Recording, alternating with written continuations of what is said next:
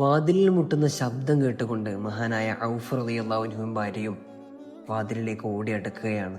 വാതിൽ തുറന്നതും അവര് കണ്ട കാഴ്ച അവരുടെ കണ്ണുകൾക്ക് പോലും വിശ്വസിക്കാൻ കഴിയുന്നതിലും അപ്പുറമായിരുന്നു.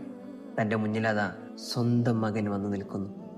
അവര് സന്തോഷം കൊണ്ട് തന്റെ പൊന്നു മകനെ ചേർത്ത് പിടിക്കുന്നുണ്ട്. എന്നിട്ട് അവരോട് ചോദിക്കുകയാണ്, മോനെ നീ എവിടെയായിരുന്നു?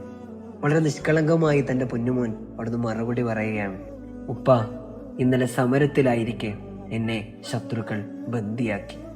അവരുടെ തടവറയിലേക്ക് എന്നെ കൊണ്ടുപോയി. അവരുടെ ശക്തമായ ചെങ്ങലകൾ കൊണ്ട് എൻ്റെ കൈയും കാലും അവർ ബന്ദിയാക്കി.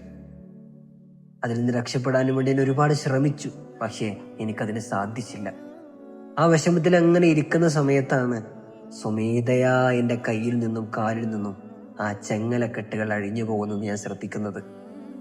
ആ സന്തോഷത്തിൽ പെട്ടെന്ന് അവിടുന്ന് ഞാൻ ഓടി രക്ഷപ്പെടുകയാണ് ചെയ്തത്. തങ്ങളുടെ പൊന്നുമോൻ തിരിച്ചു വന്ന സന്തോഷ വാർത്ത മുത്തുനബി സല്ലല്ലാഹു അലൈഹി വസല്ലമ തങ്ങളുമായി പങ്കുവെക്കാൻ അവർ മദീനത്തെ പള്ളിയിലേക്ക് എത്തുകയാണ്.